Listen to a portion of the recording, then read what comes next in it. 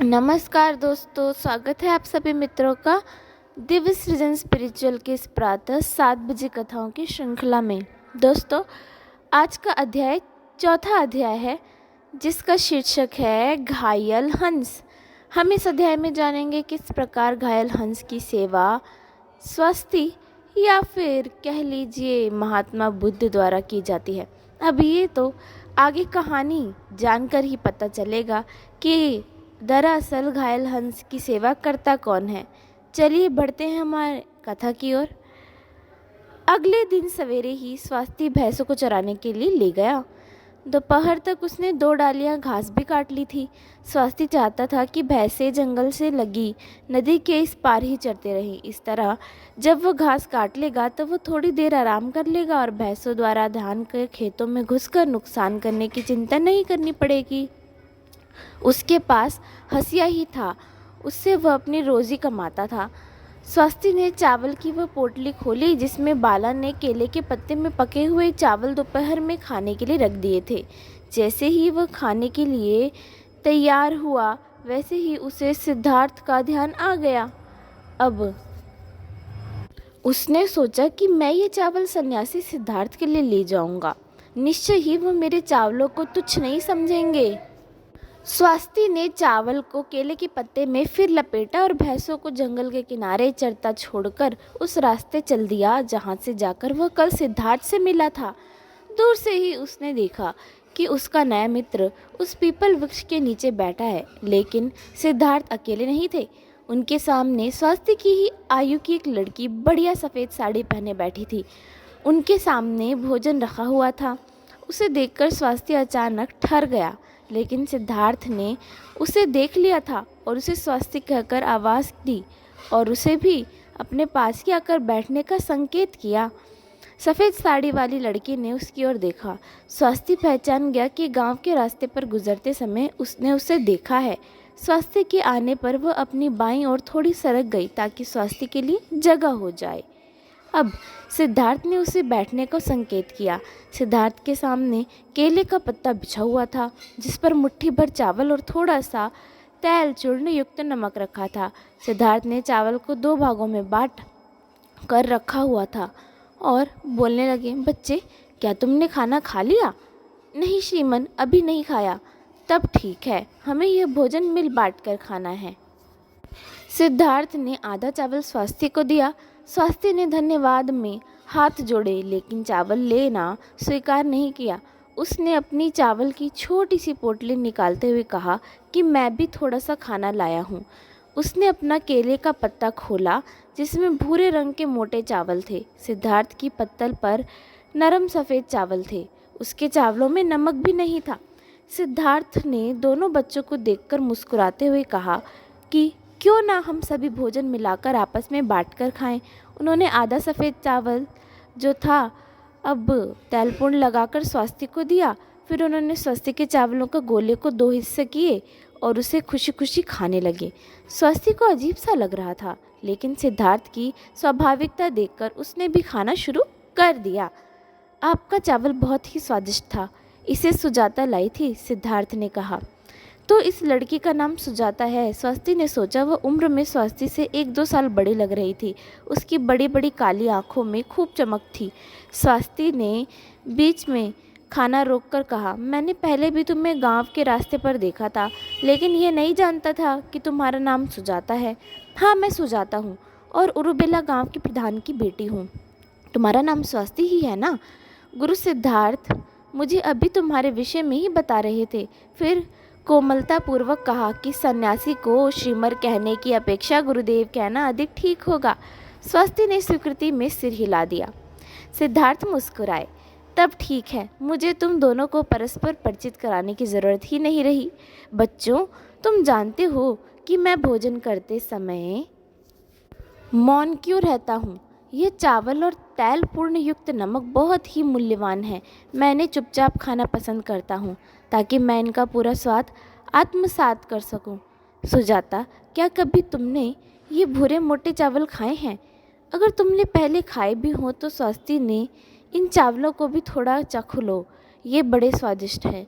अब हम एक साथ मिलकर मौन सादे भोजन करेंगे। जब हम भोजन समाप्त कर लेंगे तो मैं तुमको एक कहानी सुनाऊंगा। सिद्धार्थ ने भूरे चावलों का एक भाग तोड़ा और सुजाता को दे दिया। उसने दोनों हाथ फैलाकर चावल सादर स्वीकार कर लिया। तीनों ने जंगल में व्याप्त शांति के बीच चुपचाप भोजन किया। भोजन समाप्त हो जाने के बाद सुजाता ने केले के पत्ते उठा लिए। सुजाता ने अपने साथ लाए और पास रखे ताजे पानी का जग उठाया और एक मात्र प्याले में पानी डाला। उसने वह प्याला उठाकर सिद्धार्थ को दिया। उन्होंने वह प्याला अपने दोनों हाथों में लेकर स्वास्थ्य को दिया। वह अचकचा गया और घबराहट में बोला, श्रीमन, मेरा मतलब गुरुदेव, कृपया आप पहले जल ग्रहण कीजिए। सिद्धार्थ ने कोमल वाणी में कहा, मेरे बच्चे, पहले तुम पानी पियो। मैं चाहता हूँ कि पहले तुम ही जल ग्रहण करो। उन्होंने दोबारा प्याला उठाकर स्वास्थ्य की ओर बढ़ा दिया। स्वास्थ्य को बड़ी उलझन लग रही, किंतु यह नहीं जानता था कि वह अस्वाभाविक सम्मान को कैसे नकारे। उसके धन्यवाद सहित दोनों हाथों से प्याला उसने ले लिया। उसने एक ही घूंट में सारा पानी पी लिया और खाली प्याला सिद्धार्थ की ओर बढ़ा दिया। सिद्धार्थ ने प्याले में फिर पानी भरने के लिए सुजाता से कहा। प्याला भर जाने पर उन्होंने उसे उठाकर अपने होठों से लगा लिया और धीरे धीरे प्रेम पूर्वक आनंद ले लेकर पानी पीने लगे। जल के इस आदान प्रदान में सुजाता की आंखें सिद्धार्थ और स्वास्थ्य पर से हटी नहीं। सिद्धार्थ ने पानी पी लेने के बाद प्याले में तीसरी बार पानी भरने को कहा। अब की बार प्याला उन्होंने सुजाता की ओर बढ़ाया। उसने जग नीचे रख दिया और दोनों हाथों से पानी का प्याला ले लिया और धीरे धीरे छोटे छोटे घूंटों में सिद्धार्थ की तरह पानी पिया। उसे पता था कि पहली बार उसने उसी प्याले से पानी पिया है जिससे एक अछूत ने पानी पिया था, लेकिन सिद्धार्थ उसके गुरुदेव हैं और जब उन्होंने अछूत के जूठे प्याले से पानी पी लिया तब वह क्यों न पीती। साथ ही उसने यह भी देखा कि उनसे मन में अपवित्र होने की कोई भावना नहीं थी। आत्मस्फूर्त भाव से उसने बढ़कर उस चरवाहे के सिर पर हाथ रख दिया। सब कुछ इतने आकस्मिक ढंग से हुआ कि स्वास्थ्य को दूर हट जाने का मौका ही नहीं मिला। तब तक सुजाता ने पानी पीना समाप्त कर लिया था। उसने खाली प्याला जमीन पर रख दिया और साथ बैठे दोनों व्यक्तियों की ओर मुस्कुराकर देखती गई। सिद्धार्थ ने सिर हिलाया। तो बच्चों, तुमने मेरा आशय समझ लिया। व्यक्ति जन्म से किसी जाति का नहीं होता। हर व्यक्ति के आंसू खारे होते हैं और हर एक के रक्त का रंग लाल होता है।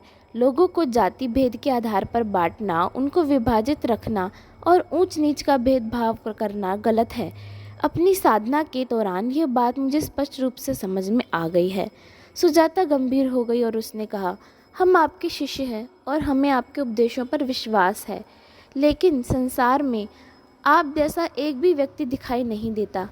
अन्य प्रत्येक व्यक्ति यह मानता है कि शूद्रों और अछूतों का जन्म ब्रह्मा के पैरों से हुआ है। वेद शास्त्रों में भी यही कहा गया है। कोई उनके मत से भिन्न सोचने की हिम्मत ही नहीं कर सकता। हाँ, ये बात मैं जानता हूँ, लेकिन सत्य तो सत्य है, चाहे कोई इस पर विश्वास करे या ना करे। भले ही लाखों करोड़ों लोग किसी भी झूठ पर विश्वास करें, लेकिन झूठ झूठ ही रहेगा। सत्य पथ पर चलकर जीवन निर्वाह करने के लिए बहुत अधिक साहस की आवश्यकता होती है। इस सिलसिले में मैं अपने बचपन की एक घटना तुम लोगों को सुनाता हूँ। जब मैं 9 वर्ष का था और एक दिन पहले उद्यान में सैर कर रहा था तो अचानक मेरे सामने एक हंस आकाश में जमीन पर गिर पड़ा, जो भीषण कष्ट से तड़फड़ा रहा था।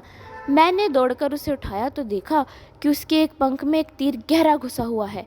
जहाँ तीर लगा था उस जगह को कसकर पकड़कर मैंने जोर लगाकर तीर खींचा और बाहर निकाला। हंस दर्द से फड़फड़ा उठा। उसके घाव से रक्त की धारा बहने लगी। मैंने घाव पर उंगली रखकर दबा दी और जिससे खून अधिक ना निकले, मैं हंस को महल में ले गया और राजकुमारी सुंदरी को और देखा। वह मेरा आशय समझकर थोड़ी सी औषधियाँ पत्तियाँ तोड़ लाई और उसकी पुल्टी बनाकर हंस के घाव पर बांध दी। हंस काँप रहा था। मैंने अपनी जैकेट उतारी और उसके चारों ओर लपेट दी। उसके बाद मैंने हंस को राज की अंगीठी के पास बैठा दिया। सिद्धार्थ ने थोड़ा रुक कर स्वास्थ्य की ओर देखा। मैंने अभी तक तुम्हें यह नहीं बताया कि बचपन में मैं एक राजकुमार था, राजा शुद्धोधन का पुत्र, जिनकी राजधानी कपिलवस्तु थी। सुजाता इस बात को जानती है। जब मैं हंस के लिए कुछ चावल लाने के लिए चलने को गया तो मेरा 8 वर्षीय चचेरा भाई देवदत्त धड़क धड़काता हुआ कमरे में आ घुसा। वह अपना धनुष और तीर पकड़े हुए था। उसने उत्तेजनापूर्वक स्वर में पूछा, क्या तुमने सफ़ेद हंस को यहाँ आसपास गिरते देखा है? जब तक मैं कुछ उत्तर देता, देवदत्त ने हंस को अंगीठी के पास बैठे देख लिया। वह उसकी ओर झपटा, लेकिन मैंने उसे रोक दिया। तुम इस पक्षी को नहीं ले जा सकते, मेरे चचेरे भाई ने विरोध किया। ये पक्षी मेरा है, इसका मैंने स्वयं शिकार किया है। मैं पक्षी को नहीं ले जाने दूंगा। इस पक्के इरादे से मैं देवदत्त और हंस के बीच खड़ा हो गया। मैंने उससे कहा, यह पक्षी घायल है, मैं इसकी रक्षा कर रहा हूँ, अभी ही से यही रखने की आवश्यकता है। देवदत्त अड़ा हुआ था और अभी जिद छोड़ने को तैयार नहीं था। उसने तर्क दिया, सुनो भाई, जब तक ये पक्षी आकाश में उड़ रहा था तब तक किसी का नहीं था। जब मैंने इसका आकाश से उड़ते समय शिकार कर लिया तो न्याय के अनुसार अब यह मेरा हो गया। उसका कथन तर्कपूर्ण लग रहा था, लेकिन इसे सुनकर मुझे क्रोध आ गया। मुझे लग रहा था कि उसके तर्कों में कुछ असंगति है, लेकिन उस असंगति को मैं पकड़ नहीं पा रहा था। इसलिए मैं बिना उत्तर दिए खड़ा रहा और मन में और अधिक परेशान हो उठा। मुझे इतना ताव आ रहा था कि देवदत्त को थप्पड़ जड़ दूं, लेकिन मैंने उसे पता नहीं क्यों थप्पड़ मारा नहीं। फिर मुझे उसका उत्तर देने का आधार मिल गया। सुनो भाई, मैंने उससे कहा, जो एक दूसरे को प्रेम करते हैं वे साथ साथ रहते हैं और जो विरोधी भाव रखते हैं वे अलग अलग रहते हैं। तुमने हंस को मारने की चेष्टा की तो तुम दोनों एक दूसरे के शत्रु हुए। ये पक्षी तुम्हारे पास नहीं रह सकता। मैंने इसे बचाया है, इसके घाव पर पट्टी बांधी है, इसे शीत से बचाकर गर्मी पहुंचाई है, और जब तुम आए थे तो मैं इसके लिए खाना ले जा रहा था। यह पक्षी और मैं एक दूसरे को प्यार करते हैं और साथ साथ रह सकते हैं। पक्षी को मेरी ज़रूरत है, तुम्हारी नहीं। सुजाता ने जोर से तालियां बजाई। बिल्कुल ठीक, आप एकदम सही थे। सिद्धार्थ ने स्वास्थ्य की ओर देखा, और बच्चे, तुम मेरे इस कथन के विषय में क्या सोचते हो? स्वास्थ्य ने एक क्षण के लिए सोचा और फिर धीरे से कहा, मैं समझता हूँ कि आपने ठीक ही कहा, लेकिन बहुत से लोग इससे सहमत नहीं हुए होंगे। अधिकांश लोग देवदत्त का ही पक्ष लेने लगे होंगे। सिद्धार्थ ने सिर हिलाकर कहा, तुम ठीक ही कहते हो स्वास्थ्य। अधिकांश लोग देवदत्त को ही बात का पक्ष लेने लग रहे थे। अब मैं बताता हूँ कि उसके बाद क्या हुआ। जब हम दोनों आपस में सहमत नहीं हुए तो झगड़ा बड़ों के पास पहुँचा। उस दिन महल में दरबार लगा हुआ था, इसलिए हम न्यायालय कक्ष में जा पहुँचे, जहाँ सब विशिष्ट लोग मौजूद थे। हम हंस को गोद में लिए थे और देवदत्त धनुष और बाण लिए हुए था। हमने अपनी समस्या मंत्री परिषद के समक्ष रखी और उनका निर्णय जानना चाहा। राजकाज रुक गया था क्योंकि वे हमारी उक्तियां सुन रहे थे। पहले देवदत्त ने अपना पक्ष प्रस्तुत किया, बाद में मैंने। उन्होंने विस्तार से इस पर विचार विमर्श किया, लेकिन किसी निर्णय पर नहीं पहुंचे। बहुमत देवदत्त के पक्ष में झुकता दिख रहा था। मेरे पिता राजा ने कई बार खासा। सभी मंत्रियों ने एकदम बोलना बंद कर दिया। मंत्रियों ने मेरी उक्ति का समर्थन किया और निर्णय दिया कि पक्षी मुझे दे दिया जाए। देवदत्त गुस्से से तिलमिला रहा था, लेकिन इस निर्णय के आगे वह कुछ नहीं कर सकता था। पक्षी मुझे मिल गया, लेकिन मैं वास्तव में प्रसन्न नहीं हुआ। मैं उस समय छोटा ही था, लेकिन मुझे लगता था कि मेरी विजय सम्मानजनक नहीं थी। यह पक्षी मुझे इसलिए दे दिया गया था क्योंकि मंत्रीगण मेरे पिता को प्रसन्न करना चाहते थे, न कि इसलिए कि उन्हें मेरा कथन सत्य लगा था। बड़े खेद की बात है, सुजाता ने कहा और अप्रसन्न दिख पड़ी।